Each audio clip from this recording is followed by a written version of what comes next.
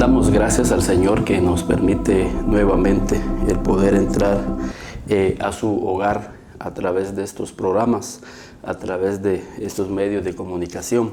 Siguiendo siempre con nuestros estudios bíblicos, quiero aprovechar la oportunidad para enviarles saludos a las personas que se han comunicado con nosotros, se comunican con nosotros a través de nuestro teléfono, a través de las redes sociales. Y para nosotros es un privilegio. A los que nos están acompañando en nuestros estudios bíblicos los días martes a las 7:15 ahí en Fácil Market, queremos enviarles saludos y decirles que siempre seguimos con el ánimo que Dios nos da a través de sus vidas, el saber que estas enseñanzas han edificado sus vidas y la vida de sus familias. Creo que de alguna manera, de que estamos sirviendo al cuerpo de Cristo, ¿verdad? En esta oportunidad quiero que veamos quizás para mí este es uno de los temas importantes en la vida cristiana, en nuestro crecimiento. Y sobre todo siendo conscientes que libramos una batalla. Mire, vaya usted o no vaya a una iglesia, usted está librando una batalla. Está librando constantemente una batalla que si nosotros no tenemos las armas que Dios nos da, las armas que Dios nos ofrece, creo que esas batallas las estamos perdiendo. Y hoy a través de la Biblia vamos a encontrar quizás la respuesta, sin duda alguna, de cómo poder destruir esos pensamientos que vienen a nuestras vidas. Hay personas que están luchando por años, por pensamientos que los están llevando cautivos. Por eso alguien decía que la cárcel más pequeña y temible del ser humano son sus pensamientos. De hecho, Nelson Mandela, después de haber estado más de 30 años en la cárcel, injustamente, él decía que si él no perdonaba y no olvidaba, esos barrotes seguirían siempre en su alma. Él estaba diciendo en otras palabras que si él no olvidaba toda aquella injusticia que habían hecho en su vida, él de todas formas iba a seguir encarcelado. ¿Por qué? Porque él había entendido lo que vamos a entender en esta noche, que la cárcel más pequeña del ser humano es precisamente sus pensamientos. Por eso es que hay personas que aunque están en las cárceles, después que conocen a Cristo y perdonan, y que Cristo perdona sus pecados, ellos se sienten libres y dicen, aunque esté encerrado aquí, yo estoy libre. Porque la libertad realmente más importante es la libertad de pensamiento, es la libertad de nuestra alma. Por eso el Señor Jesús decía, y conoceréis la verdad, y la verdad os hace libres. Vea cómo Jesús relaciona el hecho de conocer la verdad para librarnos de tantas cosas que provocan angustia, que provocan miedo, que provocan temor, que provocan ansiedad. Y todo eso es porque estamos siendo cautivos por ciertos pensamientos, los cuales pueden ser destruidos si nosotros aplicamos el conocimiento que encontramos aquí en la palabra de Dios. Por eso en nuestro estudio hoy se basa ahí en 2 de Corintios, en el capítulo 10 y en el versículo 4 y en el versículo 5. Y la palabra del Señor dice, es el apóstol Pablo enviando esta carta a los Corintios. Y dice, porque las armas de nuestra milicia no son carnales, sino poderosas en Dios para la destrucción de fortalezas.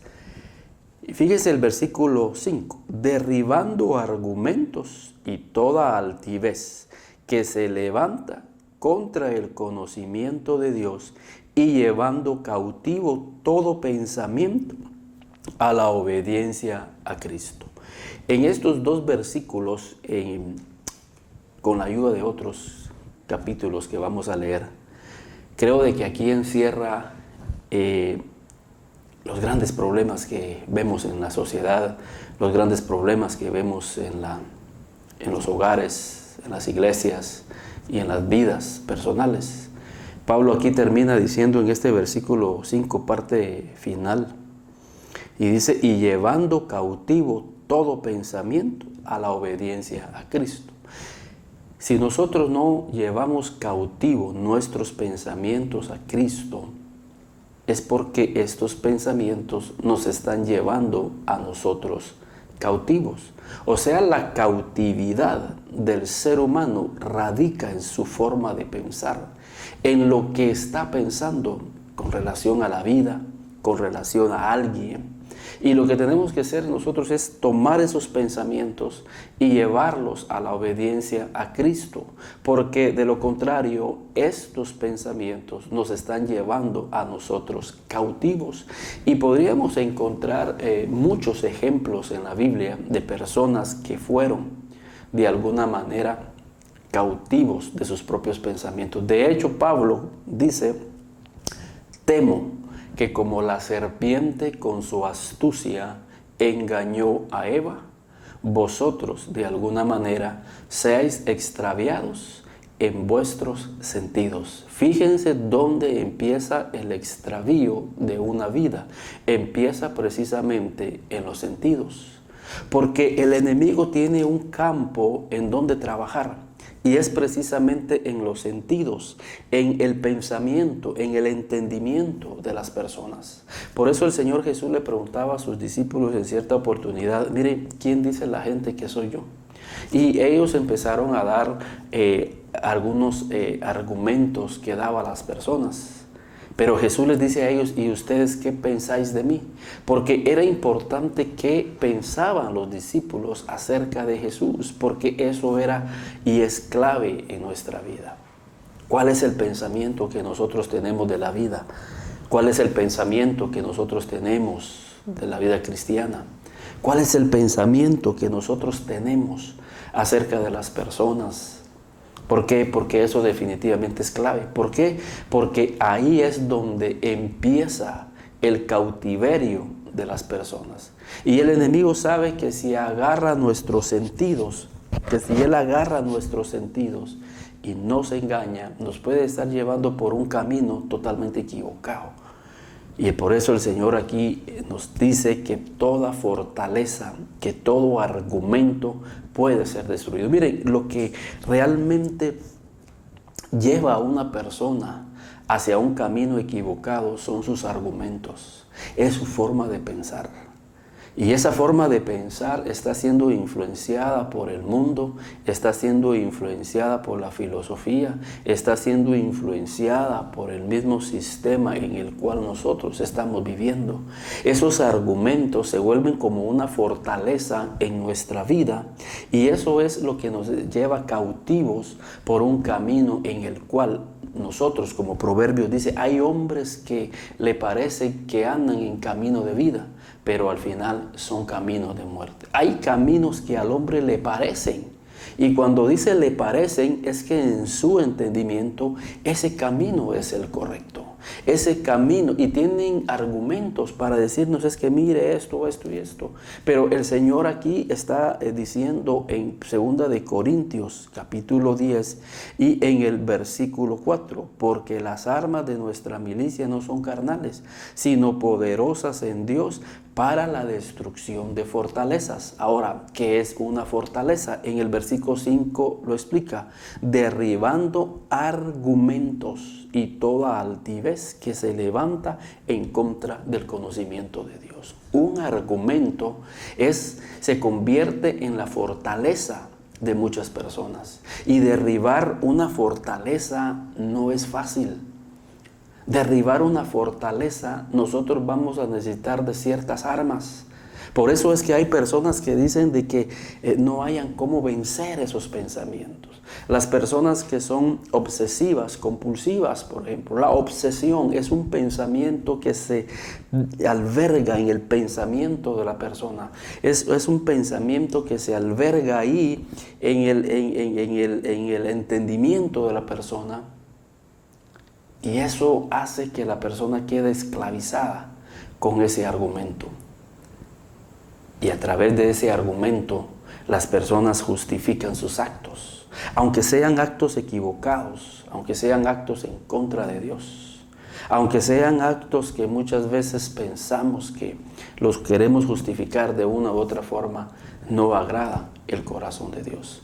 Por eso es importante que nosotros pongamos atención a esta palabra donde dice derribando argumentos.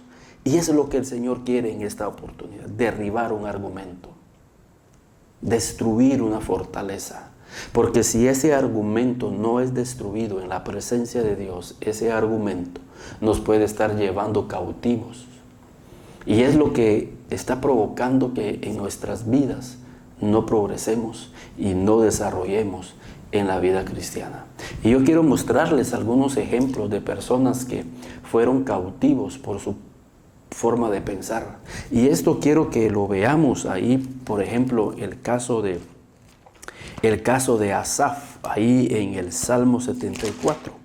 Porque este Asaf, a pesar de que era un hombre de Dios, era un adorador, tenía un argumento que definitivamente estaba afectando su vida. Y fíjense en el Salmo 73 y en el versículo 2. Y él empieza diciendo, fíjense cómo un argumento puede hacer que nuestros pies deslicen, nuestra vida cristiana vaya deslizando espiritualmente. Y dice, en cuanto a mí, casi deslizaron mis pies, por poco resbalaron mis pasos. ¿Por qué? Versículo 3, porque tuve envidia de los arrogantes, viendo la prosperidad de los impíos. Y él empieza a argumentar en el versículo 4, porque no tienen congojas por su muerte, porque su vigor está entero, no pasan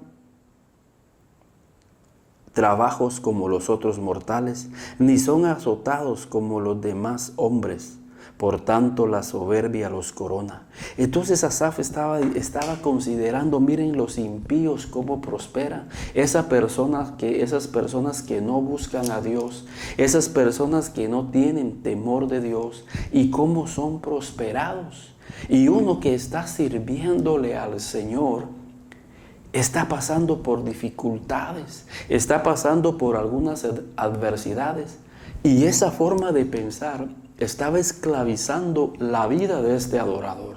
Pero esto no es nada nuevo en el corazón, porque más adelante, ahí en el libro de Malaquías, también vemos a un pueblo que está argumentando y siendo cautivos por ese pensamiento, porque dice ahí en Malaquías, en el capítulo 3 y en el versículo 13 en adelante, desde el 14, habéis dicho, por demás es servir a Dios. El Señor aquí los está reprendiendo porque ellos dicen, por demás es servir al Señor. Y dice, porque ¿qué aprovecha? Que guardemos su ley y que andemos afligidos en presencia de Jehová de los ejércitos. Decimos pues ahora, bienaventurados son los soberbios y los que hacen impiedad. No solo son prosperados, sino que tentaron a Dios y escaparon. Fíjense, ese era el pensamiento que tenían en los días de Malaquías, era el pensamiento que tenía Asaf, era el pensamiento que tenía la esposa de Lot cuando pasaron por esa prueba difícil. Esa mujer le dice, mire, todavía mantienes tu integridad a Dios. O sea, le estaba diciendo, mira, a pesar que te está yendo mal, a pesar que estás pasando por esta prueba tremenda, aún le mantienes la integridad a ese Dios. Y Asaf dice, miren los que no buscan al Señor cómo son prosperados. En Malaquías es la misma actitud. No solamente tentaron a Dios, sino que escaparon. Y muchas veces ese pensamiento llega y cautiva nuestras vidas cuando estamos pasando por diferentes escaseces, cuando pasamos por diferentes pruebas. Y empezamos a considerar a aquellas personas que no tienen temor de Dios. Y ese pensamiento llega a nuestra vida. Y ese pensamiento puede esclavizarnos. Y como decía Asaf, en cuanto a mí, por poco y deslizaron mis pasos al considerar la prosperidad de los impíos. Es lo que decía Asaf, hermanos. Y creo de que el Señor de alguna manera quiere que nosotros no seamos esclavos de esos pensamientos.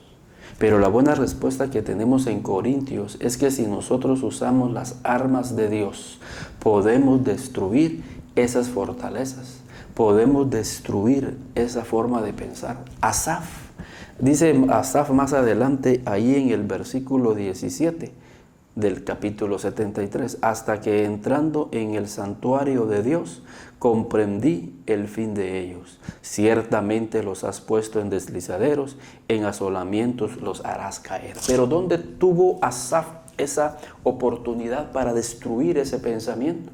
Hasta que entrando en el santuario de Dios. Y déjenme decirles que cuando Corintios dice, porque las armas de nuestra milicia no son carnales, sino poderosas en Cristo Jesús para la destrucción de fortalezas, para la destrucción de todo argumento que se levanta ahí en nuestro pensamiento. ¿Dónde destruyó Asaf esa forma de pensar?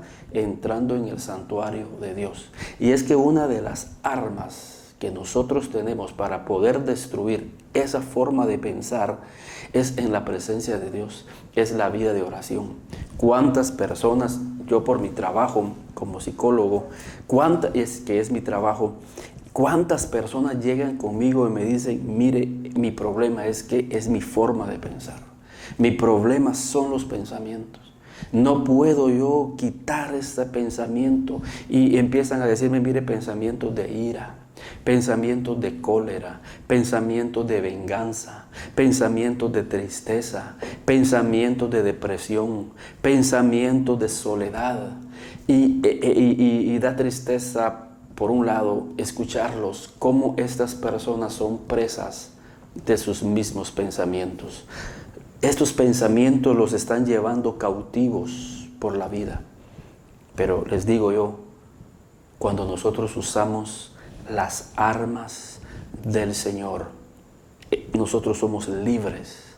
¿Por qué? Porque las armas de Dios destruyen, fíjense, destruyen toda fortaleza que se levanta, todo argumento que se levanta. Imagínense Asaf, un hombre de Dios, dice el Salmo 73 que era el músico principal, y ese hombre estaba siendo afectado por un pensamiento, estaba siendo afectado. Él dice, en cuanto a mí, por poco y deslizaron mis pasos. ¿Cuántas vidas están deslizando? Asaf dice, por poco y deslizaban. Este hombre no deslizó. ¿Por qué? Porque entró al santuario de Dios. Y cuando entró al santuario de Dios, él estaba tomando un arma poderosa. Y fue allí en el santuario de Dios que él pudo destruir ese pensamiento. Fue en el santuario de Dios que él pudo destruir esa fortaleza. Yo me imagino que así como a la esposa de Job se le presentó ese pensamiento, quizás llegaron pensamientos así a la vida de Job, pero Job era un hombre de Dios. Y al igual que Asaf, entró a la presencia de Dios. Y por eso es que tenemos esa respuesta maravillosa en la vida de Job, donde dice, bueno, Jehová dio y Jehová quitó. Sea el nombre de Jehová bendito. Con esa declaración, Job estaba destruyendo todo argumento y todo pensamiento que pudo haberle metido el enemigo al decirle, mira, como la esposa, mira, Dios te quitó todo, Dios te quitó a tus hijos, mira, Dios te quitó el negocio, mira, Dios te quitó la salud, mira, Dios esto, te quitó esto y lo otro. Y ese pensamiento pudo haber atormentado la vida de Job y pudo haberlo llevado a un desliz espiritual aún peor. Pero ese hombre se mantenía firme en la presencia de Dios. Y si nosotros no llegamos a la presencia de Dios, podemos ser esclavos de pensamientos, de argumentos que vienen a nuestra vida y que pueden desviarnos. Y hay más ejemplos, y yo quiero que lo veamos ahí también en Génesis. Fíjense, en Génesis, en el capítulo 50, y esto habla acerca de los hermanos de José. Ahí en Génesis, en el capítulo 50, vamos a ver cómo ellos estaban siendo de alguna manera cautivos por sus pensamientos. Y dice la Biblia ahí en Génesis, conocemos la historia, los hermanos de José lo traicionaron, lo vendieron, se portaron muy mal con él. Pero cuando al final de Génesis vemos cómo Dios exaltó la vida de José, llevándolo al trono en Egipto, y los hermanos luego se presentaron y lo reconocieron como un hombre que estaba sobre un gran poderío, cumpliéndose ahí la promesa que Dios le había dado, el sueño que le había dado, de que él iba a estar en un lugar de honor, en un lugar de autoridad, y que sus hermanos iban a llegar ante él a postrarse. Y aquí se está cumpliendo ese sueño.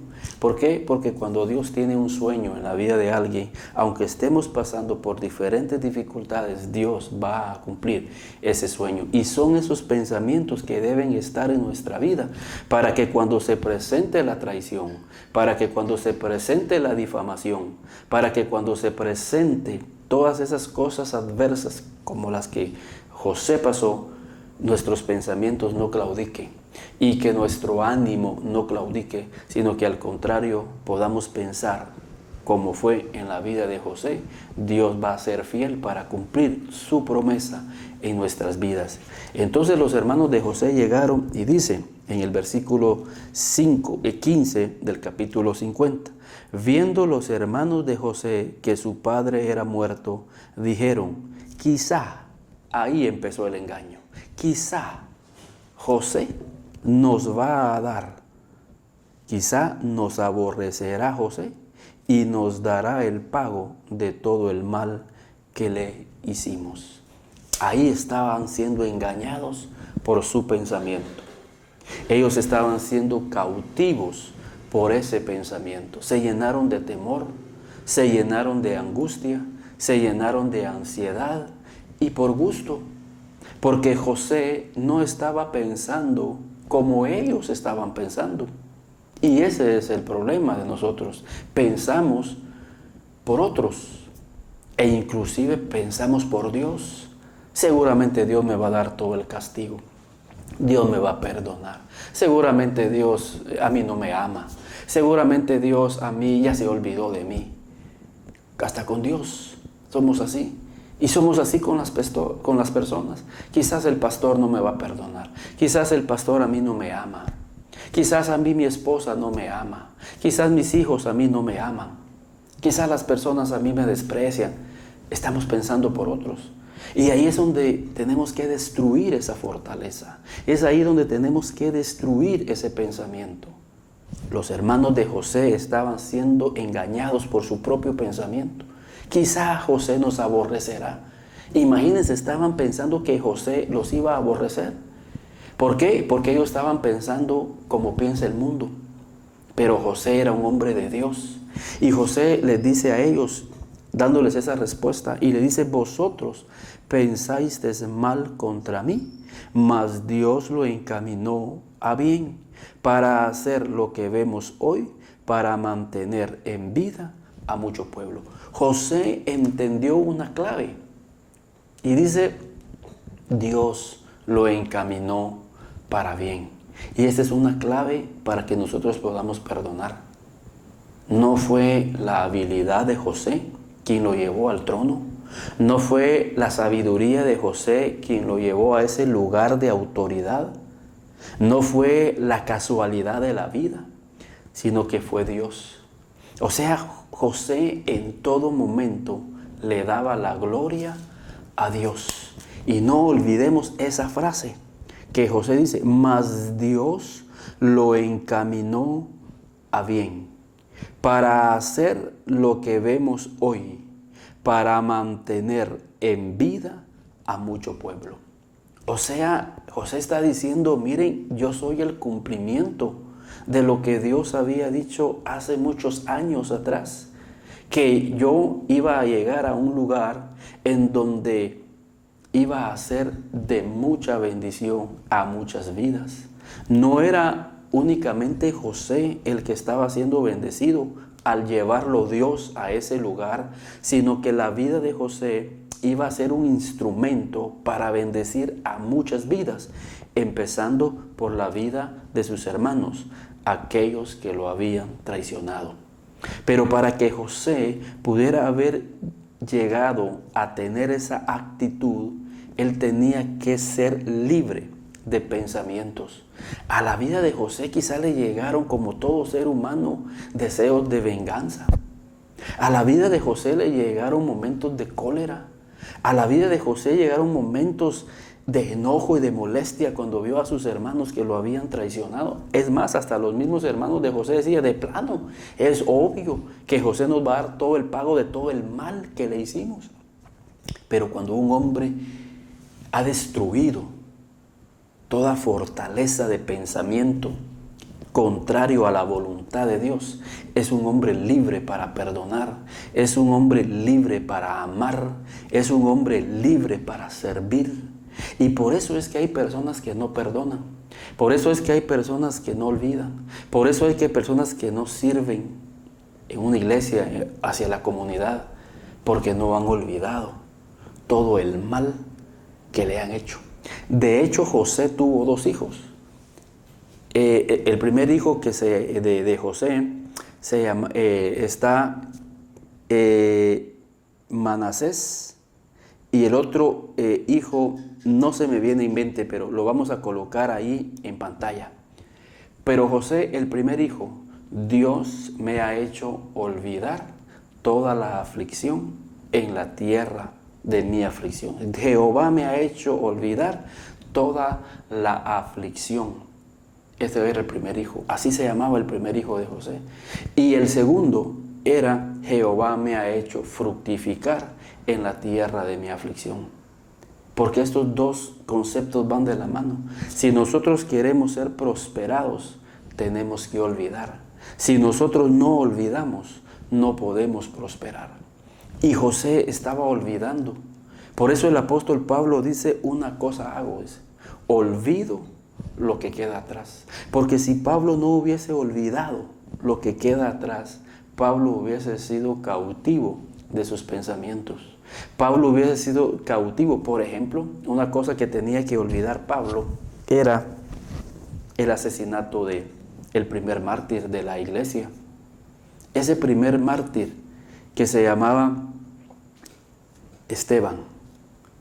Recuérdense que Pablo consintió en su muerte.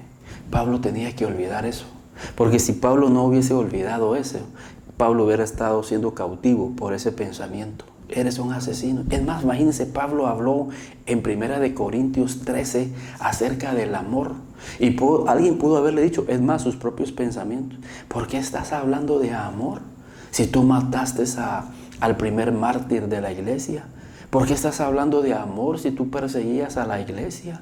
¿Por qué estás hablando de amor si tú traías arrastrado del pelo a las mujeres que estaban en la sinagoga adorando a Dios? Porque eso es lo que hace el enemigo muchas veces, ¿verdad? Cuando usted se convierte al evangelio, empiezan tus pensamientos a decir, no, pero si yo no soy digno, pero yo no soy digno de seguir a Jesús. Quizás a mí Dios no me ha perdonado. Y empiezan los pensamientos a cautivarnos. Y empiezan los pensamientos a llevarnos cautivo, a neutralizarnos. Y muchas veces hasta dejamos de servir a Dios por esos pensamientos. Pero Pablo, que encontró una clave, dice, porque las armas de nuestra milicia, que no son carnales, sino poderosas en Cristo Jesús, para la destrucción de esos pensamientos, para la destrucción de esas fortalezas que están en nuestra mente y que no nos dejan avanzar, que no nos dejan olvidar lo que queda atrás. En cierta oportunidad, hermanos,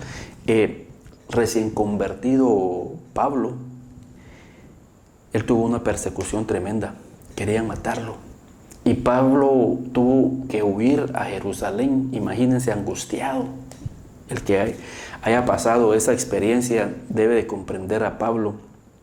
Pero Pablo iba con el deseo y con la necesidad de que los hermanos, los apóstoles, le dieran refugio, lo apoyaran.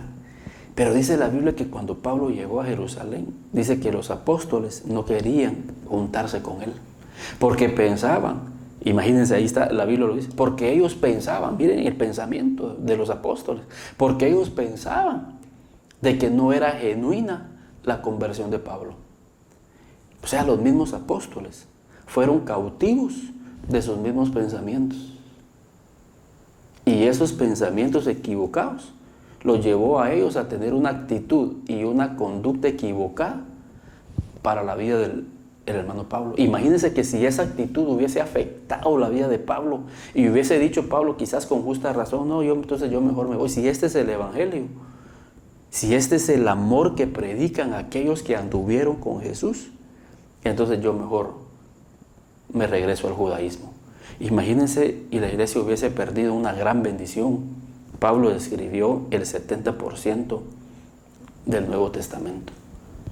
Pero los discípulos ahí se estaban siendo engañados por sus propios pensamientos.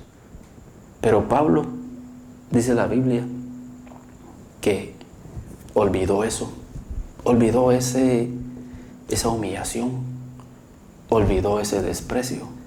Pablo no anduvo cargando eso. Sí, aquel día yo fui a Jerusalén y vieran cómo me trataron los apóstoles. Los apóstoles, ustedes miren, los líderes que anduvieron con Jesús, vieran, me dieron la espalda, fíjese. Hay gente que no olvida cuando lo humillan, cuando le hacen un desprecio. No, hermanos, olvida. No permitas que ese pensamiento te cautive, te neutralice y te lleve a una vida mediocre, que te lleve a una vida frustrada, porque no podemos olvidar. Muchas veces no podemos olvidar lo que nos hicieron nuestros familiares, nuestros hermanos. José perdonó. José no fue cautivo de sus pensamientos. Job no fue cautivo por lo que había atravesado en su vida. Sacó todo resentimiento. Al contrario, alabó a Dios, ministró a Dios en su corazón. Pero para poder destruir eso no es fácil, no es humanamente. Y ese es el punto de la lección, del estudio. Para poder destruir esos pensamientos, esas fortalezas, tú vas a necesitar de las armas de Dios. Y esas armas no son carnales, sino que esas armas son poderosas en Cristo Jesús para la destrucción de fortalezas. ¿Cuáles son esas armas? Una de las armas es la oración. Si tú quieres destruir todo pensamiento que viene a tu vida, tú tienes que mantenerte en una constante vida devocional, una vida de oración. Tienes que meterte a la vida de oración. Si no nos metemos a una vida de oración, nosotros no vamos a salir adelante. Hay muchas armas, pero yo quiero centrarme en la vida de oración. Y fíjense, por eso es de que ahí en Lucas, quiero que vayamos ahí a Lucas en el capítulo 11. Porque si tú sabes, cuando los soldados agarran un arma, lo primero que hacen es enseñarle a usar el arma. Entonces aquí ya pasamos a la segunda parte del mensaje. Sí, ya comprendiste que es importante destruir los pensamientos, pero la clave para poderlos destruir es utilizando las armas espirituales de Dios. Entonces ahorita vamos a conocer un arma, pero antes de usar esa arma, tú tienes que saber usar esa arma. Porque si tú no sabes usar esa arma, entonces no va a ser efectiva. Entonces lo primero que nosotros tenemos que hacer es saber usar esa arma. Entonces, ¿cómo se usa la oración? Y fíjense que ahí en Lucas, en el capítulo 11, llegaron los discípulos y le dijeron a Jesús, ahí en Lucas capítulo 11, precisamente hablando acerca de esta arma poderosa. Y le dicen los discípulos ahí a Jesús en Lucas, en el capítulo 11, que les enseñara a ellos a orar. O sea, les dice ahí, aconteció, Lucas 11, capítulo 1, aconteció que estaba Jesús orando. Fíjense, Jesús estaba orando. O sea, Jesús estaba utilizando el arma. Jesús era un hombre de oración. Jesús aquí estaba utilizando el arma.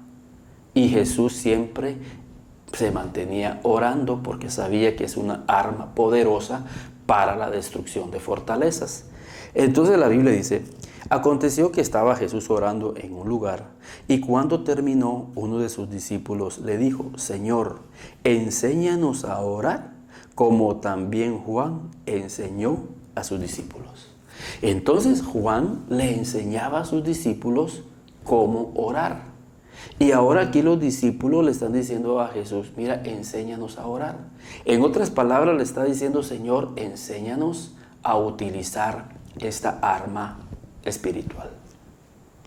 Y ahorita a continuación Jesús empieza a enseñarles cómo ellos debían de orar. Pero, hermanos, no es un aprender una liturgia o aprender frases bonitas, sino que el aprender a orar significa vivir cada frase que Jesús nos va a enseñar. Y el Señor empieza diciéndoles a ellos lo primero. Y les dijo, cuando oréis, decid, Padre nuestro que estás en los cielos. Lo primero que nosotros debemos de comprender es que Él es nuestro Padre. Es que cuando nos venimos y nos acercamos en oración, debemos de reconocer que Dios es nuestro Padre y nosotros somos sus hijos. Y nuestro Padre nos ama, como dice el coro. Dios es mi Padre y yo soy su hijo. Y hay una referencia bíblica con relación al Hijo y el Padre, porque dice, este es mi Hijo amado, en quien yo tengo contentamiento. Si tú quieres que la oración sea un arma poderosa en tu vida, tú tienes que reconocer que tú eres un hijo y que como hijo tú le estás dando contentamiento a tu Padre Celestial. Pregúntate, ¿será que mi vida, mi forma de conducirme, le está trayendo contentamiento a mi Padre Celestial? Porque si tú quieres que la oración sea eficaz, tienes que reconocer que tu vida le está trayendo contentamiento a Dios. Y una forma de traerle contentamiento a Dios, a nuestro Padre, es en nuestra forma de caminar. No podemos decir que la oración es efectiva cuando nuestra vida no le está trayendo contentamiento a nuestro Padre Celestial. Nuestro Padre Celestial le dijo a Jesús, tú eres mi Hijo, en el cual yo tengo contentamiento. Y eso es lo primero que debemos de reconocer. Él es nuestro Padre que está en los cielos, yo soy su Hijo, y como Hijo yo quiero darle contentamiento a mi Padre Celestial. Y sigue diciendo la oración, patrón, cuando oréis, decid, Padre nuestro que estás en los cielos, santificado sea tu nombre. Otra clave importante, dice aquí, santificado sea tu nombre. Tú como hijo, yo como hijo tenemos que, y esa palabra santificar significa que tenemos que consagrar, tenemos que darle reverencia al nombre del Señor. Muchas veces nuestro testimonio lo que hace es traerle oprobio al nombre de Dios. Y dice que es cristiano, y dice que es cristiano, dice que es evangélico, y dice que le sirve a Dios, pero muchas veces nuestro testimonio deja mucho que desear. Y lo que estamos haciendo es no santificando el nombre de Dios. Y en la oración, patrón, dice, Padre nuestro que estás en los cielos, santificado sea tu nombre. Efesios dice que nosotros somos para la honra de nuestro Señor Jesucristo. Tú tienes que, a través de tu vida, honrar la vida de nuestro Padre. Imagínense cómo puede un padre de familia sentirse luego que su hijo está manchando el apellido de la familia. ¿Cómo puede sentirse un padre de familia cuando el hijo, a través de sus actos, está trayéndole vergüenza a la familia? La Biblia dice que nosotros somos cartas abiertas, que nosotros tenemos que dar un buen testimonio, y una forma de poder traerle contentamiento a nuestro Padre Celestial es que nosotros santifiquemos su nombre, que a través de nuestro testimonio puedan honrar el nombre de nuestro Señor Jesucristo. Si tú quieres que la oración sea una oración efectiva, tienes que, de alguna manera, como dice aquí la Biblia, tenemos que santificar el nombre de Dios. Que nuestras vidas sean una honra para el Señor. Pero el Señor sigue diciendo aquí importante. Miren, lo que yo estoy viendo aquí es que la oración patrón no son frases. La oración patrón no son frases. Decir, cuando oréis tenés que decir eso. No son palabras mágicas. Ese es el punto. Sino que la oración patrón, cada frase es un estilo de vida. Al decir Padre nuestro que estás en los cielos, estamos reconociendo que somos sus hijos. Y como hijos de Dios, nosotros tenemos que darle contentamiento a nuestro Padre Celestial. Y una forma de traerle contentamiento a nuestro Padre es que nuestro testimonio sea tal que estemos consagrando el nombre de Dios. No estamos amancillando el nombre de Dios. Cuando tú eres prosperado, cuando tú eres levantado, el nombre de Dios es exaltado, no eres tú. Por eso decíamos al principio de la vida de José, no era José. Mire, José estaba santificando el nombre de Dios. Cuando él dice, mas Dios lo encaminó para bien. ¿A quién le estaba dando la honra a José? A su padre. Cuando nosotros somos bendecidos, cuando alguien es sanado de alguna enfermedad terminal, ¿quién recibe la gloria? Nuestro Padre. Y es lo que dice aquí, santificado sea tu nombre. Pero ¿qué es lo que pasa con muchas personas cuando Dios los levanta, cuando Dios los restaura? Se olvidan de Dios. Entonces no están santificando ni honrando el nombre de Dios. Tercera frase, y con esa termino. Y dice, vénganos tu reino, hágase tu voluntad, como en el cielo, así también en la tierra. Si tú quieres que tu oración sea poderosa, tú tienes que tener esta tercera actitud. Señor, no se haga mi voluntad, sino la tuya. Por eso es que Job destruyó todo pensamiento que pudo haber llegado a su vida. Job le estaba diciendo, Señor, no se haga mi voluntad, sino la tuya. Y tú diste y tú quitaste. Sea el nombre de Jehová bendito. Job ahí estaba no solamente aceptando la voluntad del Padre que está en el cielo y que Él hace la voluntad así como en el cielo y en la tierra, sino que estaba santificando el nombre de Jehová. Entonces la tercera frase de la oración patrón es un arma poderosa para destruir todo pensamiento. Cuando vengan pruebas a tu vida, di, Padre nuestro que estás en los cielos, santificado sea tu nombre, hágase tu voluntad. Señor, hágase tu voluntad y no la mía. Porque por eso es que las oraciones no tienen fuerza. Porque cuando llegamos a la oración, ya queremos llegar y retorcerle el brazo a Dios y decirle, Señor, vas a hacer lo que yo te diga. Y me vas a tener que dar un carro. Porque si no me das un carro, Señor, yo no te voy a servir. Señor, tenés que darme prosperidad, porque si no, ¿qué van a decir los hermanos que estoy pasando por estas pruebas? No. Si tú quieres que la oración sea poderosa y sea un arma eficaz, llega con esta actitud. Señor, hágase tu voluntad en mi vida, así como en el cielo, así también en esta tierra.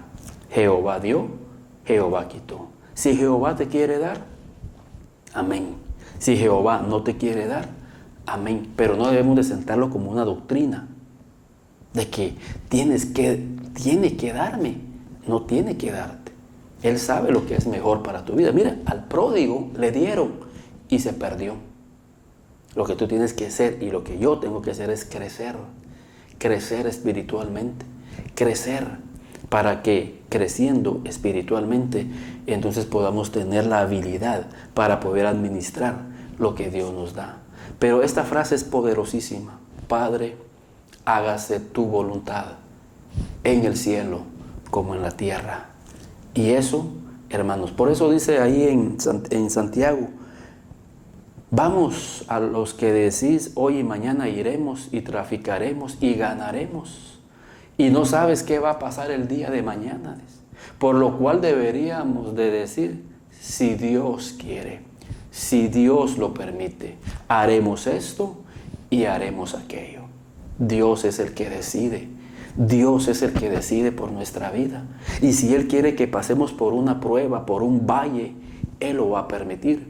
Y si Él quiere que pasemos por angustia, por alguna necesidad, Él lo va a permitir, sabiendo que no nos da, dice la Biblia, una carga pesada más allá de nuestras fuerzas. Pero Él es el que decide, hermanos. El cielo es el que decide. Y una cuarta, hermanos, porque sí quiero ser puntual aquí, en la oración patrón.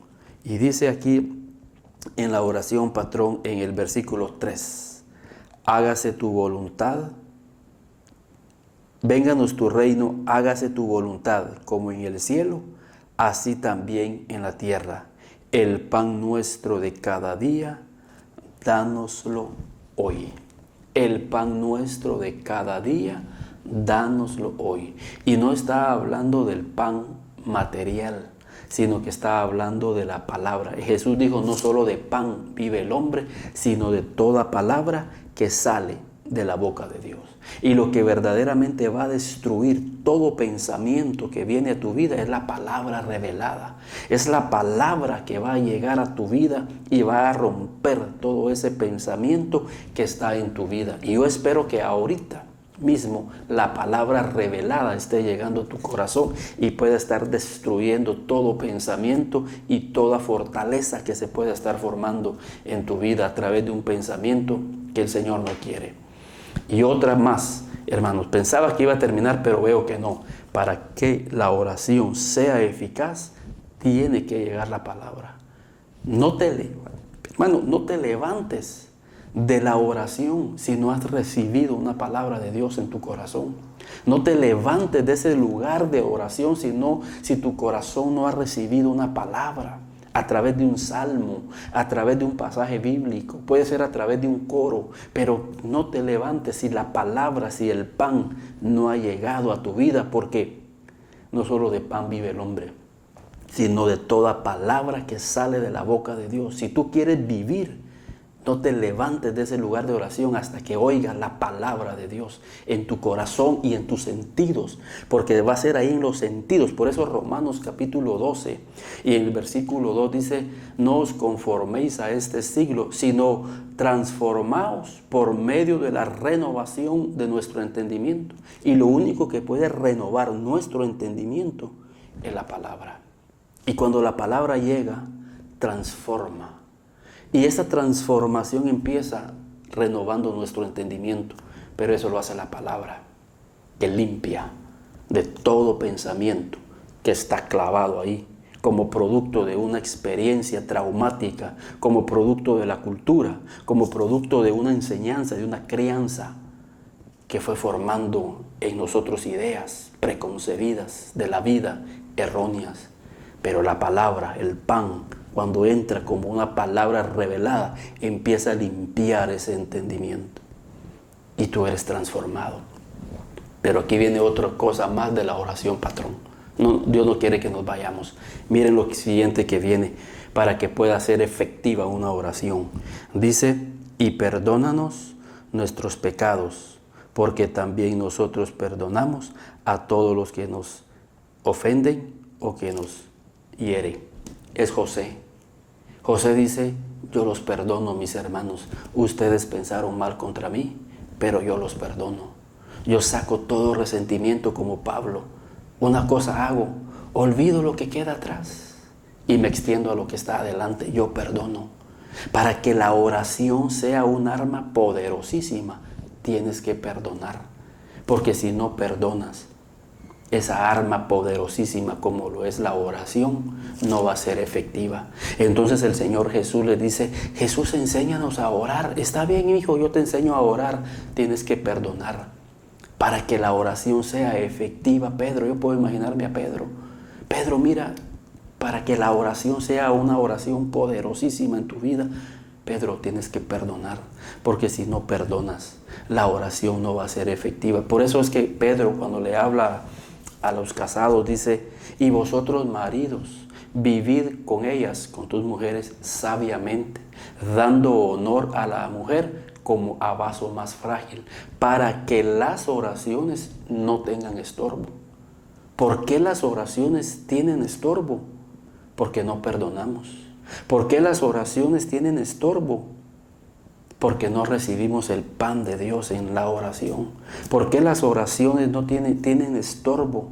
Porque no vivimos sabiamente en nuestro hogar con nuestra esposa. Estamos insultándola, la estamos humillando, la estamos pisoteando. Y decimos, Señor, pero yo siento que las oraciones no suben. ¿Cómo van a subir si nosotros estamos permitiendo con nuestra vida que esas oraciones sean estorbadas? Y estamos perdiendo la oportunidad de usar un arma poderosísima como lo es la oración. Entonces, hermanos y amigos que nos están escuchando, espero que este mensaje pueda llegar a sus vidas y que el Espíritu Santo se los haga más fácil de lo que yo pude a ustedes explicárselos. Y como siempre decimos, si usted quiere seguir hablando de este tema, ahí están mis teléfonos. Podemos hablar y podemos profundizar en estos temas. Los días martes estamos nosotros en Fácil Market de 7:15 a 8:30 estudiando estos temas y otros interesantes para el crecimiento de nuestras vidas. Que Dios les bendiga y espero que esta palabra pues haya edificado grandemente su vida y la vida de sus familias.